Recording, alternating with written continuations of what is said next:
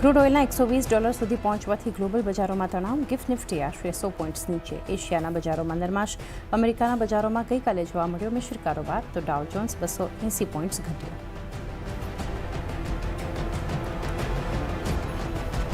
Exit poll પર પણ આજે રિએક્ટ કરશે બજાર. પશ્ચિમ બંગાળમાં એડવાન્ટેજ બીજેપી. 7 એક્ઝિટ પોલમાંથી 5માં બીજેપી સરકારનું અનુમાન. તો આસામમાં બીજેપીની પ્રચંડ વાપસી. પુડુચેરીમાં પણ એનડીએ આગળ. ત્યાં જ તમિલનાડુમાં વિજયની ટીવીકે બની શકે છે મોટું ફેક્ટર. કેરળમાં 10 વર્ષ બાદ યુડીએફ સરકારનું અનુમાન. 4 મે આવશે પરિણામ. યુએસ ફેડે વ્યાજદરોમાં નહીં કર્યો કોઈ બદલાવ. વ્યાજદર 3.5% થી 4.5%ની રેન્જમાં યથાવત. કહ્યું મોંઘવારી અને રોજગારના મોરચે સતર્ક રહેવાની જરૂર. જેરોમ પોવેલની છેલ્લી પોલિસી. મેમાં પોતાના પદ પરથી હટશે પોવેલ.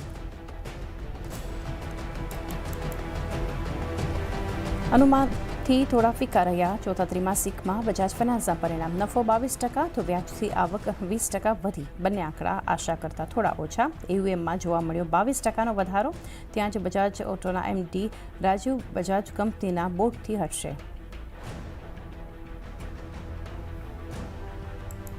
અને પરિણામની દ્રષ્ટિએ આજે મોટો દિવસ. નિફ્ટીની 4 કંપનીઓ Adani enterprises, Adani port, HUL, Bajaj Finserv જાહેર કરશે પરિણામ. તો એચયુએલની 4 થી 5% જોવા મળી શકે છે વોલ્યુમ ગ્રોથ.